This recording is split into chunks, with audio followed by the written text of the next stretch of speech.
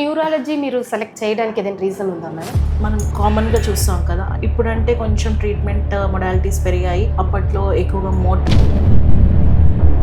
న్యూరాలజీలో neuro అంటేనే భయం. First case వచ్చేసరికి ఒక బేబీ 3 years అప్పుడు ఆల్మోస్ట్ ఒక 4-5 days లోకల్ డాక్టర్స్ దగ్గర తిరిగారు. ఏమీ లేదు, ఫీవర్ వల్ల వచ్చింది, 2 కాళ్ళు చేతులు. 5th day ఏంటి, ఫిట్స్తో వచ్చింది ఆ బేబీ. నమస్తే. ఇప్పుడు మనం విశాఖపట్నం అక్కేపాలెంలో ఉన్న Bharati multi speciality hospital doctor Bharati గారితో ఉన్నాం. నమస్తే అండి. మీరు డాక్టర్ అవ్వడానికి మిమ్మల్ని ఇన్స్పైర్ చేసింది ఏంటి మేడం? నేను doctor Bharati, consultant neuro physician, Akkayapalem, Vizag, Bharati multi speciality హాస్పిటల్లో. నేను చిన్నప్పటి నుంచి నేను గుంటూరులో చదువుకున్నాను. తర్వాత మా పేరెంట్స్, మా ఫాదర్ పీడియాట్రిషియన్, తను మణిపాల్లో చేశారు. He's a doctor. అండ్ మనకి ఏంటంటే మన పేరెంట్స్ చూసేది కదండి, ఎవరొక్కరు మన చుట్టూ ఎవరు ఉన్నారంటే my father is my inspiration. ఎట్టి పరిస్థితుల్లో నువ్వు డాక్టర్ అవ్వాలి and you should be a great doctor అన్నట్టు చదువుకోవాలి. అట్ ద సేమ్ టైం మన గర్ల్స్ ఎప్పుడు ఏంటంటే మనకి ఏది పేరెంట్స్ నేను ఏది ఇచ్చినా అయిపోయినా చదువు అయితే మనం ఇవ్వగలం. That is a good life time property. ఇది ఎక్కడికి జరగదు, మనకి నేమ్ ఇస్తుంది అన్నట్టు, అండ్ పేషెంట్ హ్యుమానిటీ సర్వ్ చేయగలం అన్నట్టు. That is the main reason I became the doctor. General medicine చేసి తర్వాత న్యూరాలజీ చదివాను. అంటే న్యూరాలజీ మీరు సెలెక్ట్ చేయడానికి ఏదైనా రీజన్ ఉందా మేడం? మనం కామన్గా చూస్తాం కదా, ఇప్పుడంటే కొంచెం ట్రీట్మెంట్ మొడాలిటీస్ పెరిగాయి. అప్పట్లో ఎక్కువగా మోర్టాలిటీస్ ఎక్కువగా ఉండే న్యూరాలజీలో. న్యూరో అంటేనే భయం వేసేది. సో ఇంట్లో ఇలాంటి ప్రాబ్లమ్స్ ఏమైనా ఫేస్ చేస్తారు కదా, సో మనం ఎందుకు అవ్వకూడదు న్యూరాలజిస్ట్, అండ్ బెస్ట్ ట్రీట్మెంట్ ఎందుకు ఇవ్వకూడదు పేషెంట్స్కి అన్నట్టు. దాన్ని బట్టి నేను న్యూరాలజీ తీసుకోవాలని ఒక ఐడియాతో ఉన్నాను. So I became the neurologist. మీరు డాక్టర్ అయిన తర్వాత మీ ఎక్స్పీరియన్స్ ఏంటో చెప్తారా? నేను చదివింది శ్రీ బాలాజీ మెడికల్ కాలేజ్, చెన్నై క్రోంపేట్లో. అది చదివాను. అక్కడ మేము పీజీ చేసేటప్పుడే మా consultant his doctor Suresh Kumar. అక్కడ చేస్తూనే మేము విజయ హాస్పిటల్లో కూడా జూనియర్ డాక్టర్ కింద చేసేవాళ్ళం. So we use to see lot of patients. అక్కడ చూసి ఎంతో తెలుగు పేషెంట్స్ వచ్చేవాళ్ళు. చూస్తూ ఓకే మనం ఎందుకు ఇది అవ్వడానికి ట్రై చేయకూడదు అన్నట్టు. డే బై డే వర్క్ ఎక్కువ ఉండి పేషెంట్స్, లాట్ ఆఫ్ పేషెంట్స్, ఒక్కొక్కళ్ళు అసలు ఎంతో ప్రైజ్ చేస్తూ ఉంటారు డాక్టర్ని. అదన్నీ చూసిన తర్వాత మనం ఎందుకు ఇది చేయకూడదని నా ఓన్గా నేను ఇంకా అక్కడ కార్పొరేట్లో అలా 3 years అక్కడ కూడా చేశాను. అండ్ పీజీ చేస్తూనే చేయాల్సి వచ్చింది హెచ్ఓడి కింద. సో ఆ తర్వాత నేను వైజాగ్ వచ్చాను. I'm basically from Narasaraopet. సరే వైజాగ్ వచ్చి నేను ఎందుకు ఓన్గా స్టార్ట్ చేయకూడదని అప్పటి నుంచి ఒక 6 years అయింది ఓన్గా ప్రాక్టీస్ స్టార్ట్ చేసి. ఇప్పుడు చిన్నపిల్లల నుంచి 60+ ఏజ్ వాళ్ళ వరకు ఉన్న ప్రాబ్లం ఏంటంటే స్లీపింగ్ డిజార్డర్. దానికి రీజన్ ఏంటో మీరు చెప్పగలుగుతారా?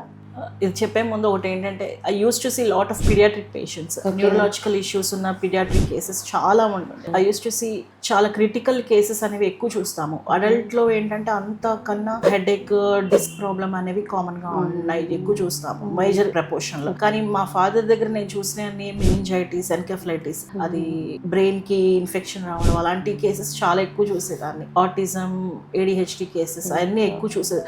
సో నేను నేను DM చేసేటప్పుడే మా హెచ్ఓడి కూడా పీడియాట్రిక్ న్యూరాలజిస్ట్ కూడా 1 year. So I use to work చేసిన తర్వాత సో ఈ పీడియాట్రిక్ కేసెస్ కూడా చూడటం అలవాటు. లాట్ ఆఫ్ సిక్ కేసెస్ అనేవి వచ్చేవి. ఆబ్వియస్లీ పేషెంట్స్ లో చిన్నపిల్లల స్మైల్ చూసి పేరెంట్స్ మనల్ని బాగా చూసారు, బాగా తగ్గింది, అదే that is the first inspiration. And నేను ఫస్ట్ ప్రాక్టీస్ స్టార్ట్ చేసినప్పుడు కాలేజ్ నుంచి అలా డైరెక్ట్ గా వచ్చినప్పుడు ఫస్ట్ కేసు వచ్చేసరికి ADEM అని, అక్యూట్ డిసిమినేటెడ్ ఎన్కెఫలోమైలైటిస్. ఒక బేబీ 3 years అప్పుడు ఆల్మోస్ట్ ఒక 4-5 days లోకల్ డాక్టర్స్ దగ్గర తిరిగారు. ఏమీ లేదు, ఫీవర్ వల్ల వచ్చింది, 2 కాళ్ళు చేతులు పనిచేయట్లేదు, ఫీవర్ వల్ల వచ్చిన తర్వాత అదే తగ్గిపోతుంది అని చెప్పేసరికి అలా వదిలేశారు వాళ్ళు కూడా పేరెంట్స్. 5th day ఏంటి, ఫిట్స్ తో వచ్చింది ఆ బేబీ. మా ఫాదర్ పీడియాట్రిషియన్ కాబట్టి తన దగ్గరకు వచ్చింది. యాజ్ ఎ న్యూరాలజిస్ట్ నేను అక్కడే ఉన్నాను. That is my first case. చూస్తే కంప్లీట్ గా ఫిట్స్, క్వాడ్రిప్లీజియా అంటే 2 చేతులు 2 కాళ్ళు కంప్లీట్ గా పని చేయకుండా పోయినాయి. For them that is precious child for them. అది చూసిన తర్వాత ఇమీడియట్ గా స్కాన్ చేసి వాళ్ళకి IVIG ఇచ్చి 5th day బేబీ బాగుంది. First case. జనరల్ ఇలాంటి కేసెస్ అంటే రేర్ కేసెస్ అనమాట. నాకు రావడంతోనే ఒక సిక్ కేసు తో స్టార్ట్ అయింది అలా నా జర్నీ. అలాంటి కేసెస్ మనం చూస్తే డెఫినెట్ గా మనకి మన మీద కాన్ఫిడెన్స్ వస్తుంది. అలా పేషెంట్ ఇంప్రూవ్ అయ్యేసరికి 5th day there very happy. అలాగా ప్రాక్టీస్ స్టార్ట్ చేసుకొని ఆ తర్వాత నేను వైజాగ్ వచ్చి సెటిల్ అవ్వడం స్టార్ట్ అయింది. ఇప్పుడు చిన్నపిల్లల నుంచి 60+ ఏజ్ వాళ్ళు ఉన్న వరకు కూడా నిద్ర రావట్లేదు కదా మేడం, చాలా మందరు దాని వల్ల ప్రాబ్లం ఫేస్ చేస్తున్నారు. దానికి రీజన్ ఏంటో చెప్పగలుగుతారా? ఇది ఒక్కొక్క ఏజ్ గ్రూప్కి ఒక్కొక్కలాగా ఉంటుందండి. బేసికల్గా ఇప్పుడు psychological stress, physical stress, life style habits change అవ్వడం వల్ల, ఎన్విరాన్మెంటల్ చేంజ్ అవ్వడం వల్ల ఇప్పుడు చిన్న ఏజ్ నుంచి పెద్ద ఏజ్ వరకు, ఓల్డ్ ఏజ్ వరకు కూడా ఈ స్లీప్ డిజార్డర్స్ అనేది ఫేస్ చేస్తున్నారు. ఇప్పుడు కామన్గా మనం చిల్డ్రన్స్లో ఒక 4 to 12 yearsలో కామన్గా వచ్చే కాజెస్ చూద్దాము. ఒకటి ఇన్సామ్నియా, బెడ్ వెట్టింగ్ వల్ల, నైట్ ఎక్కువగా యూరినేట్ వెళ్ళడం వల్ల వస్తుంది. అబ్స్ట్రక్టివ్ స్లీప్ యాప్నియా, ఎక్కువసేపు sleep walking and sleep terrors అని అంటారు, నిదట్లో భయపడిపోవడం, వాటి వల్ల వస్తూ ఉంటుంది. దీనికి కాజెస్ ఏంటంటే కొంచెం సైకలాజికల్ స్ట్రెస్, భయపడటం కానీ వాటి వల్ల కూడా వస్తూ ఉంటుంది. సో మనకి ఏంటంటే ఎక్కువగా దీనికి మనం ఏం చేస్తామంటే పిల్లలకి ఏంటంటే స్లీప్ యొక్క ఇంపార్టెన్స్ అనేది వాళ్ళకి చెప్పాలి. ఇన్ని గంటలు నిద్రపోతే మీకు ఎలా ఉంటుంది.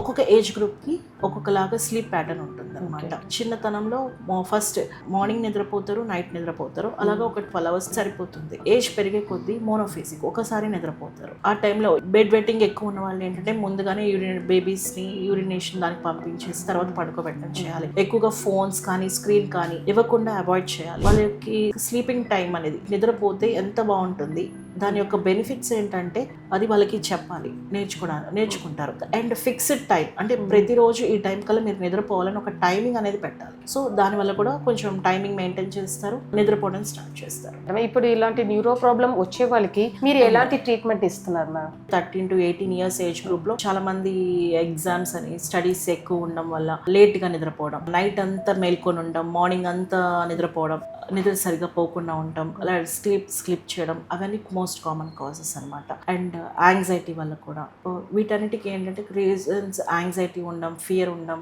స్ట్రెస్ ఎక్కువ పడటం వల్ల, ఎక్కువగా కెఫైన్ తీసుకోవడం, స్క్రీన్ ఎక్కువ చూడటం లైక్ ల్యాప్టాప్స్ అన్నీ కూడా, దానివల్ల కూడా స్లీప్ డిస్టర్బెన్సెస్ అనేవి వస్తూ ఉంటాయి. వీటికి మనం ఏంటంటే వీళ్ళు తీసుకోవాల్సిన ప్రికాషన్స్. అండ్ ఇంకా అదర్ రీజన్స్ వచ్చేసరికి పిల్లలకి అబ్స్ట్రక్టివ్ స్లీప్ యాప్నియా వల్ల కానీ, ఎన్లార్జ్ టాన్సిల్స్ అడ్డుకోవడం వల్ల కానీ, ఊపిరి తీసుకోవడానికి కూడా ఇబ్బంది పడుతూ ఉంటారు. వాటి వల్ల కూడా స్లీప్ డిస్టర్బెన్సెస్ అనేవి వస్తూ ఉంటాయి. కొంతమందికి రెస్ట్లెస్ లెగ్ సిండ్రోమ్, పిల్లల్లో కూడా కొంచెం ప్రాపర్గా ఫుడ్ తినకపోవడం వల్ల కూడా, ఐరన్ డెఫిషియన్సీస్ ఉండడం వల్ల కూడా కాళ్ళు నైట్ అంతా వణుకడం చేస్తూ ఉంటారు, వాటి వల్ల కూడా ఉంటూ ఉంటుంది. సో వీళ్ళకి ఏంటంటే మనకి స్క్రీన్ టైం అనేది తగ్గించాలి. మార్నింగ్ పూట ఎక్కువ పడుకోనికుండా నైట్ ఎక్కువగా క్వాలిటీ ఆఫ్ స్లీప్ ని ఇంప్రూవ్ చేసుకోవాలి. And like cognitive behavioural therapy, sleep regulate చేసుకోవాలి, కెఫైన్ తీసుకోవడం తగ్గించుకోవాలి, యాంగ్జైటీ, టెన్షన్స్ అవన్నీ కూడా తగ్గించుకుంటే కొంచెం స్లీప్ అనేది ఇంప్రూవ్ అవుతుంది. Next adult age group 19 to 64 years common గా స్లీప్ ప్రాబ్లమ్స్ ఏంటంటే, ఒకటి రెస్ట్లెస్ లెగ్ సిండ్రోమ్ వల్ల, ఎక్కువగా నైట్ రిలేటెడ్ షిఫ్ట్ డిజార్డర్స్ వల్ల, ఎక్కువ నైట్ వర్క్ చేసుకోవడం, మార్నింగ్ నిద్రపోవడం, వాటి వల్ల, chronic insomnia or sleep apnoea, నిద్ర సరిగ్గా, వాటి వల్ల కూడా మనకి these are the common problems. వీటికి కాజెస్ ఏంటంటే, ఒకటి యాంగ్జైటీ, టెన్షన్, డిప్రెషన్, వాటి వల్ల, స్ట్రెస్ ఎక్కువ ఫీల్ అవడం వల్ల, some times medical related disorders ఉంటాయి కదా, లైక్ ఆస్మా, గ్యాస్ట్రిక్ ఇష్యూస్ అలాంటివి కూడా. అండ్ ఎక్కువగా ఆల్కహాల్ ఇంటేక్, కెఫైన్ ఇంటేక్ వల్ల కూడా మనకి స్లీప్ డిజార్డర్స్ వస్తున్నాయి. మనకి ఏంటంటే వీటిని ప్రివెంట్ చేసుకోవాలంటే అండర్లైన్ మెడికల్ కండిషన్స్ ఏమైనా ఉన్నా కానీ మనం అది రెక్టిఫై చేసుకోవాలి. ఒక ప్రాపర్ స్లీప్ హైజీనిక్ అనేది మెయింటైన్ చేయాలి. అండ్ కొన్ని న్యూరలాజికల్ డిజార్డర్స్ ఏమైనా కనుక ఉన్నాయి, లైక్ రెస్ట్లెస్ లెగ్ సిండ్రోమ్స్ కానీ, అలాంటి అన్ని కూడా రెక్టిఫై చేసుకోవాలి. సో దాంతోపాటు మన తీసుకునే కెఫైన్ ఒకటి, ఆల్కహాల్ ఇంటేక్ అనేది కూడా మనం చూసుకోవాలి. పిల్లలు మోర్ దాన్ 65 yearsలో ఇన్సామ్నియా ఒకటి, day time sleeplessness, sleep fragmentation, ఎక్కువ sleep related sleep apnoea syndromes or other neurological conditions. Most of the causes ఏంటంటే స్లీప్ ఫ్రాగ్మెంట్, అంటే ఇలా కొంచెంగా పెద్దవాళ్ళు ఏంటంటే మధ్యాహ్నం నిద్రపోతారు, మార్నింగ్ నిద్రపోతారు, ఆఫ్టర్నూన్, అలా వాటి వల్ల కూడా స్లీప్ అనేది హైజీనిక్ ఉండదు. సో దానివల్ల స్లీప్ డిజార్డర్స్ కూడా ఉంటాయి. మోస్ట్ ఆఫ్ ద టైమ్స్ ఏంటంటే మెడికల్ కండిషన్స్, ఏజ్ రిలేటెడ్గా పార్కిన్సన్స్ డిసీజ్ కానీ, అల్జైమర్స్ డిసీజ్ కానీ, డిమెన్షియా, అదర్ న్యూరలాజికల్ డిజార్డర్స్ వల్ల కూడా వాళ్ళకి స్లీప్ అనేది, or sometimes sleep apnoea, వాటి వల్ల కూడా స్లీప్ అనేది ఉండదు. Some other like restless leg syndrome కానీ, ఓవర్గా స్క్రీన్ చూస్తారు వాళ్ళకు కూడా, వాటి వల్ల కూడా మనకి ప్రాపర్ స్లీప్ అనేది ఉండదు. వీటన్నిటికీ ఏంటంటే స్లీప్ మెయింటైన్ చేసుకోవాలి, ప్రాపర్ స్లీప్ హైజీనిక్ అనేది మెయింటైన్ చేయాలి. మెడికల్ కండిషన్స్ ఏమైనా ఉన్నా కానీ మనం ట్రీట్ చేసుకోవాలి. పెద్దవాళ్ళలో కూడా డిప్రెషన్, లోన్లీనెస్ వాటి వల్ల కూడా స్లీప్ అనేది ప్రాపర్గా మెయింటైన్ అవ్వదు. సో అవన్నీ కూడా రెక్టిఫై చేసుకోవాలి. కొంచెం బ్రీతింగ్ రిలాక్సేషన్ టెక్నిక్స్ లాగా ఉంటాయి, లైక్ యోగా, మెడిటేషన్, ప్రాణాయామం, కొన్నిసార్లు రెగ్యులర్ ఎక్సర్సైజెస్ కూడా హెల్ప్ అవుతుంది. మ్యామ్, ఇలాంటి ప్రాబ్లమ్స్ రాకుండా ఉండడానికి ప్రికాషన్స్ ఏదైనా ఉంటే చెప్తారా? ప్రికాషన్స్ అనేవి కోఆగ్నేటివ్ స్లీప్ బిహేవియరల్ థెరపీ. వీటి వల్ల ఏంటంటే ప్రాపర్ స్లీప్ ప్యాటర్న్ అనేది మెయింటైన్ చేసుకోవాలి, టైమింగ్ అనేది మెయింటైన్ చేసుకోవాలి, ఏ టైంలో నిద్రపోవాలి అనేది మెయింటైన్ చేసుకోవాలి. ఏమైనా మెడికల్ కండిషన్స్ ఏమైనా ఉన్నాయనుకోండి, మనం ట్రీట్మెంట్ చేసుకోవాలి. And relaxation techniques like yoga లాంటివి, ఎక్సర్సైజెస్ కానీ బెడ్ టైం చేసుకోకుండా మార్నింగ్ సెక్షన్లో లేకపోతే ఈవినింగ్ సెక్షన్లో చేసుకుంటే కొంచెం స్లీప్ అనేది మెయింటైన్ అవుతుంది. మార్నింగ్ టైంలో స్లీప్ ఉండకుండా ఈవినింగ్ డైరెక్ట్గా ఈ నైట్ టైం మనం పడుకునేటట్టు చూసుకోవాలి. ఓవర్గా ఫోన్స్ చూడటం కానీ స్క్రీన్స్ చూడటం కానీ తగ్గించుకోవాలి. సో దీనివల్ల ఏంటంటే most of the neurological conditions కూడా ప్రోగ్రెస్ అవుతుంది. స్లీప్ అనేది లైక్ డిమెన్షియా ఉన్న వాళ్ళు ఇంక్రీజ్ అవుతుంది, న్యూరలాజికల్ ఇష్యూస్ కూడా పెరుగుతాయి. సో స్లీప్ అనేది చాలా ఇంపార్టెంట్ రోల్ ప్లే చేస్తుంది. మన ఫ్యూచర్లో న్యూరలాజికల్ కాంప్లిమెంట్స్ రాకుండా హెల్ప్ చేస్తుంది. స్ట్రెస్ కానీ యాంగ్జైటీ అలాంటివి కూడా మనం కంట్రోల్ చేసుకుంటే మనకి స్లీప్ అనేది కూడా నార్మల్ అవుతుంది. చూసారు కదండి మన మేడం చెప్పింది. సో మీరు ఇలాంటి ప్రాబ్లమ్స్ రాకుండా ఉండాలంటే ఆ మేడం చెప్పిన ప్రికాషన్స్ అంతా ఫాలో అవ్వండి. సపోజ్ ఆల్రెడీ మీరు ఇలాంటి ప్రాబ్లమ్స్ ని ఫేస్ చేస్తున్నారంటే మనం అకేబాలయంలో ఉన్న Bharati multi speciality hospital doctor Bharati గారిని వచ్చి కన్సల్ట్ చేయండి. థ్యాంక్ యూ అండి. Thank you ma'am. నమస్తే.